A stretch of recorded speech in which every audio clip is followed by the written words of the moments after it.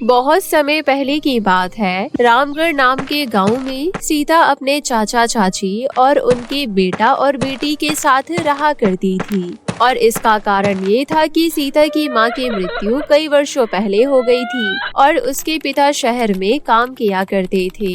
इसलिए सीता का ध्यान रखने के लिए वो सीता को अपने छोटे भाई और भाभी के घर छोड़कर शहर काम करने चले जाते थे। सीता के चाची चाचा उसके पिता के आगे तो उसकी परवाह करने का बहुत नाटक करते थे, परंतु उनके जाने के बाद वो अपना असली रूप दिखाते थे। और सीता के चाचा चाची की बेटी भी बिल्कुल उन्हीं की तरह थी, लेकिन उनका बेटा सूरज अपने माता पिता और बहन से बिल्कुल अलग था। वो सीता की बहुत परवाह करता था। ऐसे ही समय गुजर रहा था। एक दिन सीता तालाब के किनारे बैठकर मछलियों को ऊपर नीचे जाते हुए देख रही थी। तभी सूरज वहाँ पर आता है और सीता से पूछता है, कितने समय से तुझे देख रहा हूँ, यहाँ रोज तालाब किनारे आती है, बैठती है और इन मछलियों को ऊपर नीचे आते हुए देखती है। तुझे क्या मजा आता है ये देखकर? भैया पता नहीं, लेकिन बहुत अच्छा लगता है। मेरा भी मन करता है कि मैं भी इन मछलियों की तरह इस तालाब में तैरूं, इस पानी के अंदर जाऊं। लेकिन ना तो मुझे तैरना आता है और ना ही पानी के अंदर सांस रोकना। चाचा तो मछुआरे हैं, इसलिए उन्हें तैरना आता है और उन्होंने आपको भी तैरना सिखा रखा है, पर मेरे साथ ऐसा कुछ भी नहीं है। अरे दुखी क्यों होती है, मैं हूँ ना, मैं तुझे तैरना सिखाऊंगा। सच में भैया? मैंने तुझे कभी झूठा वादा किया है क्या? इसके बाद सीता के कहने पर सूरज उसे तैराकी सिखाने लगता है। पहले वो उसे पानी में ले जाता है, फिर धीरे धीरे सांस रोकना सिखाता है और पानी में हाथ पैर कैसे चलाते हैं ये भी वो सीता को सिखाने लगता है। और कुछ ही समय में सीता बहुत ही अच्छी तैराकी बन जाती है। सच में इतनी जल्दी तैराकी तो मैंने भी नहीं सीखा था, तूने तो कमाल ही कर दिया।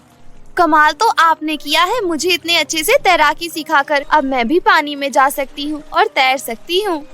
सीता को पानी में तैरना और पानी के अंदर जाना बहुत अच्छा लगता था। जब भी उसे खाली समय मिलता था वो तालाब के पास आ जाया करती थी, परंतु उसकी चाची को ये सब बिल्कुल भी पसंद नहीं था। इसलिए वो अक्सर उसे हर छोटी छोटी बात को लेकर ताने दिया करती थी। आ गई महारानी, तुझे मैंने गौशाला की सफाई करने को कहा था और तू वो सब छोड़कर तालाब पर चली गई। चाची जी, मैंने गौशाला की सफाई कुछ दिनों पहले ही की थी। अभी वहाँ सफाई की जरूरत नहीं है, इसलिए मैंने नहीं की। अच्छा, अब तुम मुझसे जुबान लड़ाएगी? जुबान कहाँ लड़ा रही है माँ, वो तो आपको बता रही है कि वहाँ पर सफाई की जरूरत नहीं है। आप इस बात पर इतना गुस्सा क्यों हो रही है? हाँ, अब इसमें भी मेरी ही गलती है। पता नहीं क्या घुट्टी पिला रखी है इसने तुझे, जो हमेशा तो इसी का साथ देता है, करमजली कहीं की। ऐसा कहकर चाची वहाँ से चली जाती है और अपनी चाची की बात सुनकर सीता थोड़ी दुखी हो जाती है।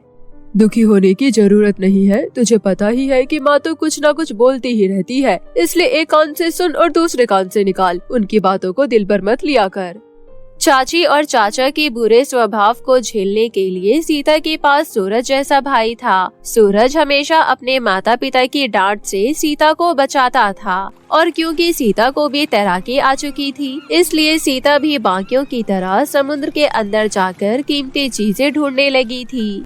देखो सूरज भैया, आज मुझे कितने सुंदर मोती मिले हैं। सीता, इन मोतियों का रंग तो बहुत ही ज्यादा अच्छा है, इनकी कीमत बहुत अच्छी मिलेगी। सच में?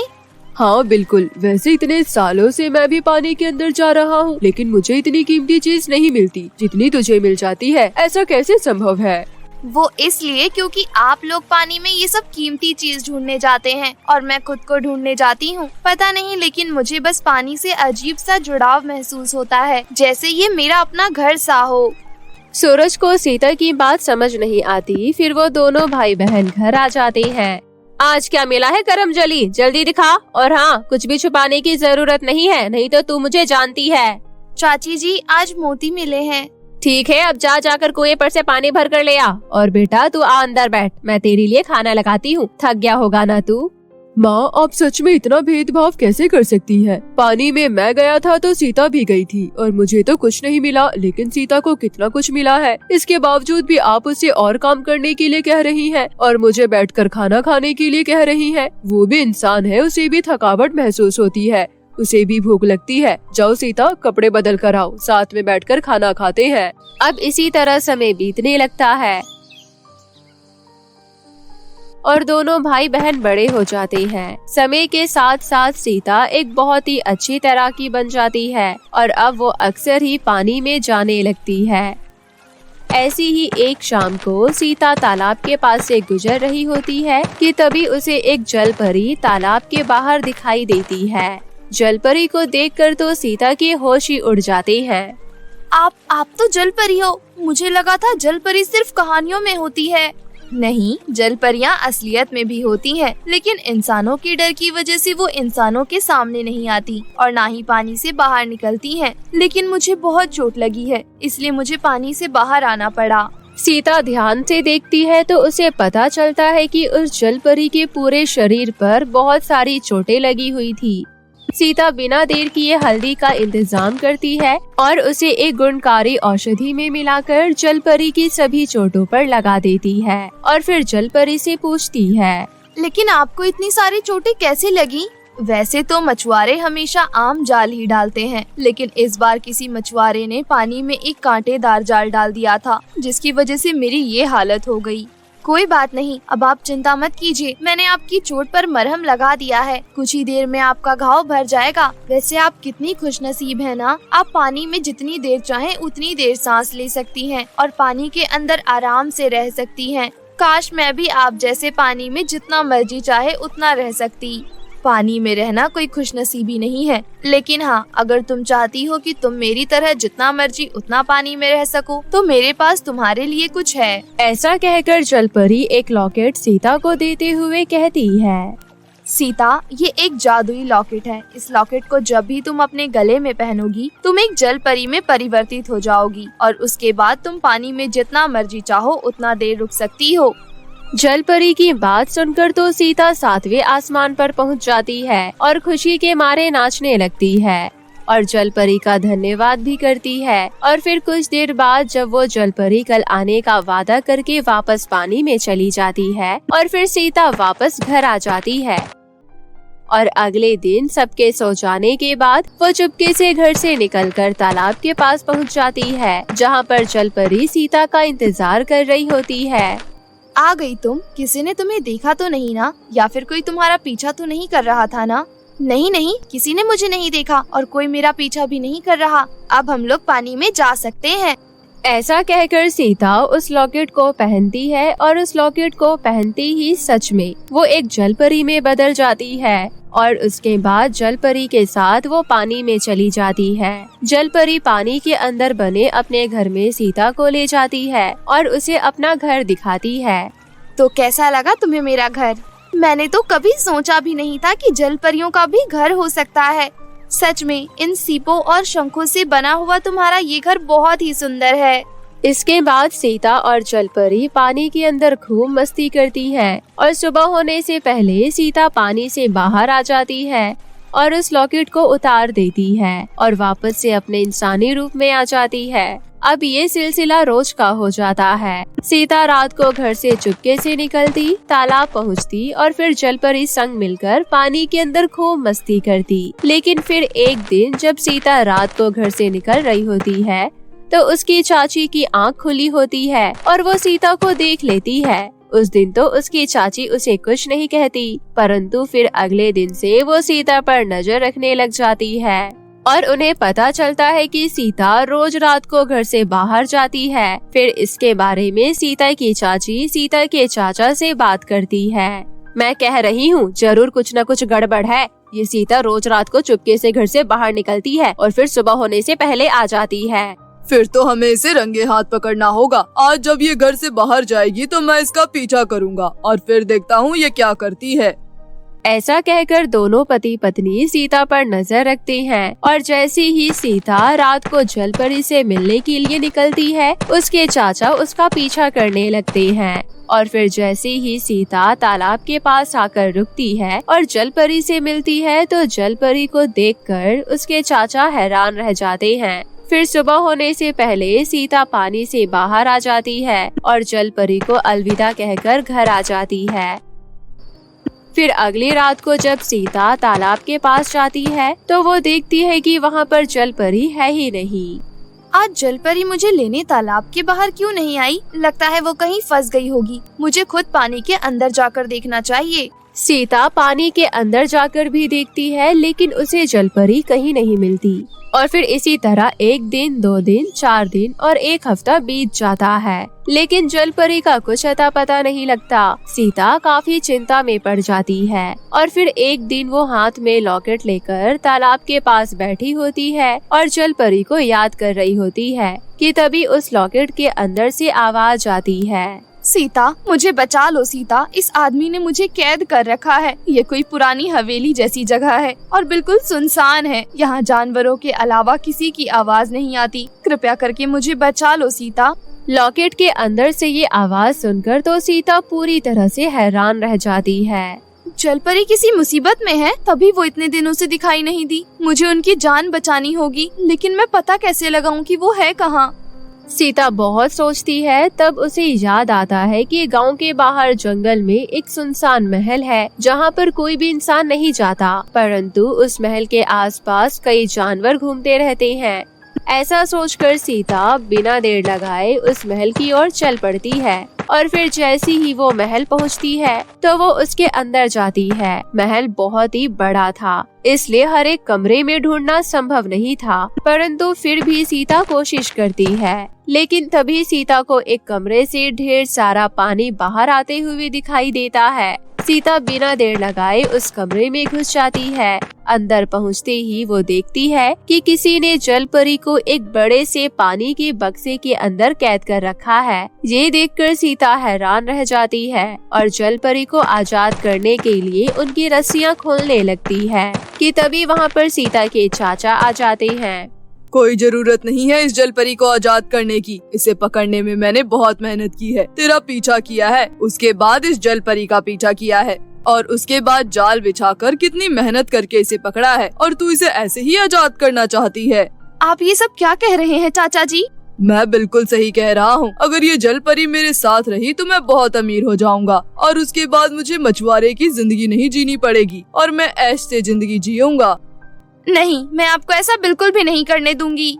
ऐसा कहकर सीता जलपरी को आजाद करने लगती है कि तभी सीता के चाचा उसकी तरफ बढ़ने लगते हैं। जलपरी का एक हाथ खुल चुका था, इसलिए जलपरी के हाथ में जो भी भारी पत्थर आता है वो उसे लेकर सीता के चाचा के सर पर मार देती है, जिससे वो बेहोश हो जाता है। इतनी देर में सीता जलपरी को आजाद करवा देती है। थोड़ी देर में वहाँ पर सीता के पिता भी आ जाते हैं, क्योंकि सीता ने अपने पिता को फोन करके सारी बात बता दी थी। सीता के पिता आते ही पुलिस को फोन लगाते हैं और सीता पर अत्याचार करने के जुर्म में उन दोनों को पुलिस के हवाले कर देते हैं। बेटा, अब तुम्हारे यहाँ ख्याल रखने वाला कोई भी नहीं है और सूरज भी काम के सिलसिले से बाहर रहता है। अब तुम्हें मेरे साथ शहर चलना चाहिए और वहीं रहना चाहिए। सीता अपने पिता के साथ जाने के लिए हाँ कर देती है, परंतु उससे पहले वो आखिरी बार जलपरी से मिलने आती है। अब मेरे ऊपर खतरा और भी बढ़ गया है, इसलिए अब मैं पानी के बाहर कभी नहीं आऊंगी। लेकिन हाँ, तुम इस लॉकेट को हमेशा अपने पास रखना और जब भी मेरी याद आए यहाँ आ जाना और मन हो तो पानी के अंदर आ जाना। मैं तुम्हें पानी के अंदर जरूर मिलूंगी और फिर हम पहले की तरह खूब मजे करेंगे। अलविदा कहते हुए सीता और जलपरी दोनों की आंखों में आंसू होते हैं। इसके बाद सीता शहर के लिए निकल जाती है, परंतु दूर होने के बावजूद भी वो दोनों सहेलियां अलग नहीं होती। जब भी छुट्टियों में सीता गांव आती तो वो जलपरी से जरूर मिलती और उस जादुई लॉकेट की मदद से खुद जलपरी बनकर पानी में जलपरी के साथ अच्छा समय बिताती। जादुई सुनहरे कछुए का जादू। बहुत समय पहले की बात है। वीरपुर गांव में एक तालाब था। तालाब में एक सुनहरा कछुआ रहता था। अगर उस तालाब में सुनहरे कछुआ को जो भी देखता और देखते ही मन्नत मांगता तो वो मन्नत पूरी हो जाती थी। तालाब के किनारे कृष्ण जी का एक बहुत बड़ा मंदिर था। वहाँ के लोग मानते थे कि कृष्ण जी का आशीर्वाद इस तालाब पर है। एक बार शाहीनपुर नामक गांव में बहुत भयंकर गर्मी पड़ी, जिसकी वजह से हर तरफ सूखा पड़ गया। वहां के राजा इंद्रदेव परेशान हो गए थे। राजा इंद्रदेव अपने दरबार के ज्ञानी लोगों को बुलाते हैं। राजा इंद्रदेव महामंत्री से कहते हैं, महामंत्री, गांव का क्या हाल है? महाराज, गांव की हालत अच्छी नहीं है। चारों तरफ सूखा पड़ने की वजह से गांव के सभी लोग परेशान हैं। सूखा पड़ने की वजह से हम कर भी नहीं वसूल पा रहे हैं। हमारे गांव के खर्चे कैसे पूरे होंगे? हम अपने गांव को कैसे बचाएं? आप सब लोग अपनी अपनी सुझाव दीजिए। पूरे दरबार में सन्नाटा छा जाता है, कोई कुछ नहीं बोलता है। थोड़ी देर के बाद एक दरबारी जिसका नाम सुजीत है, वो राजा इंद्रदेव से कहता है, महाराज, मेरे पास एक उपाय है, लेकिन मैं वो उपाय आपको अकेले में बताना चाहता हूँ। तुम अपना उपाय सबके सामने बताओ। महाराज, मुझे माफ कीजिए, मैं वो बात सबके सामने नहीं बता सकता। अच्छा चलो ठीक है, चलो तुम मेरे साथ मेरे कमरे में चलो और वहीं पर अपना उपाय बताना। सुजीत राजा इंद्रदेव के साथ उनके कमरे में जाता है। सुजीत राजा इंद्रदेव से कहता है, महाराज, वीरपुर गांव में एक जादुई तालाब है। उसमें एक जादुई सुनहरा कछुआ रहता है। अगर उस जादुई सुनहरे कछुए से कुछ भी मांग ले तो वो इच्छा पूरी हो जाती है। जादुई सुनहरा कछुआ, क्या ये सच है? हाँ महाराज, ये बात बिल्कुल सच है। सुजीत, अगर तुम्हारी ये बात गलत हुई तो तुम्हें मौत की सजा दी जाएगी और सही हुई तो बहुत सारा इनाम मिलेगा। ठीक है महाराज, मुझे आपकी बात मंजूर है। राजा इंद्रदेव महामंत्री को आदेश देते हुए कहता है, महामंत्री जाओ, जल्दी से रथ तैयार करो। मैं, राजकुमार और सुजीत वीरपुर जाएंगे। महाराज, मैं अभी रथ तैयार करता हूँ। महामंत्री तैयारी में लग जाता है और राजा इंद्रदेव अपने बेटे प्रताप देव के पास जाता है और उससे कहता है, प्रताप देव, हमें वीरपुर गांव जाना है, आप जल्दी तैयार हो जाइए। पिताजी, आप मुझे इतनी जल्दबाजी में वीरपुर गांव क्यों लेकर जा रहे हैं? आपको तो पता ही है कि हमारे गांव में चारों तरफ सूखा पड़ गया है। गांव के लोग भी भूखे मर रहे हैं और हमारे दरबार के भी हालत खराब है। इन्हीं सब चिंताओं को दूर करने के लिए हम वीरपुर गांव जा रहे हैं। ठीक है पिताजी, अपने गांव के लोगों के लिए जो भी करना हो तो मैं उसमें आपका हमेशा साथ दूंगा। थोड़ी देर बाद राजा इंद्रदेव, राजकुमार प्रताप देव और सुजीत वीरपुर गांव पहुंच जाते हैं। वो देखते हैं कि पूरे गांव में हरियाली है और गांव के लोग खुशी खुशी रह रहे हैं। राजा इंद्रदेव को वहां देखते ही गांव के सभी लोग चौंक जाते हैं। राजा इंद्रदेव, राजकुमार प्रताप देव और सुजीत गांव के मुखिया के पास जाते हैं और उन्हें अपनी सारी परेशानियां बताते हैं और उस जादुई सुनहरे कछुए के बारे में भी बताते हैं। उनकी बात सुनकर मुखिया कहता है, महाराज, आपकी परेशानी का समाधान अभी नहीं हो सकता। क्यों, क्या हुआ मुखिया जी? राजकुमार जी, जादुई सुनहरा कछुआ सिर्फ जन्माष्टमी के दिन अपना दर्शन देता है। जन्माष्टमी आने में अभी 3 महीने हैं। 3 महीने हैं अभी जन्माष्टमी में, लेकिन हम जल्दी उस जादुई सुनहरे कछुए से मिलकर जाएंगे।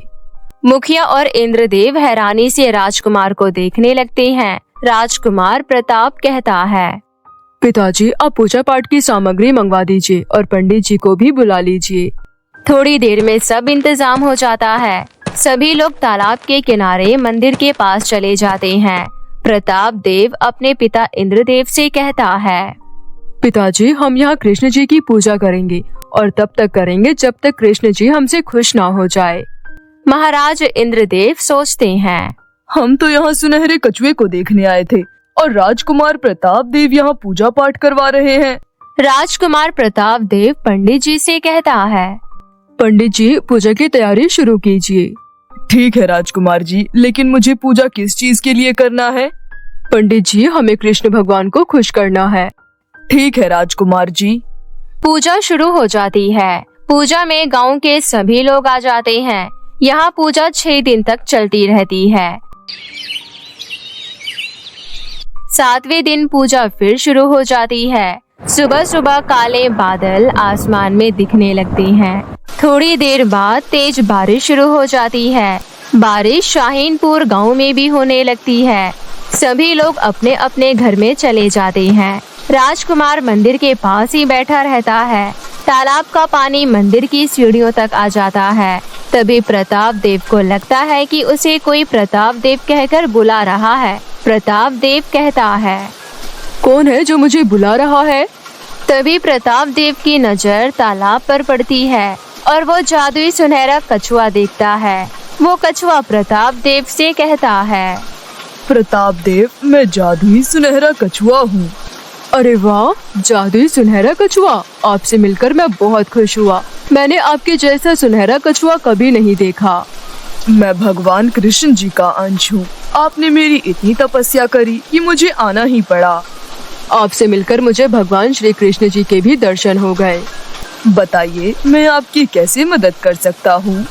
आपने तो पहले ही हमारी मदद कर दी है, इतनी अच्छी बारिश करके।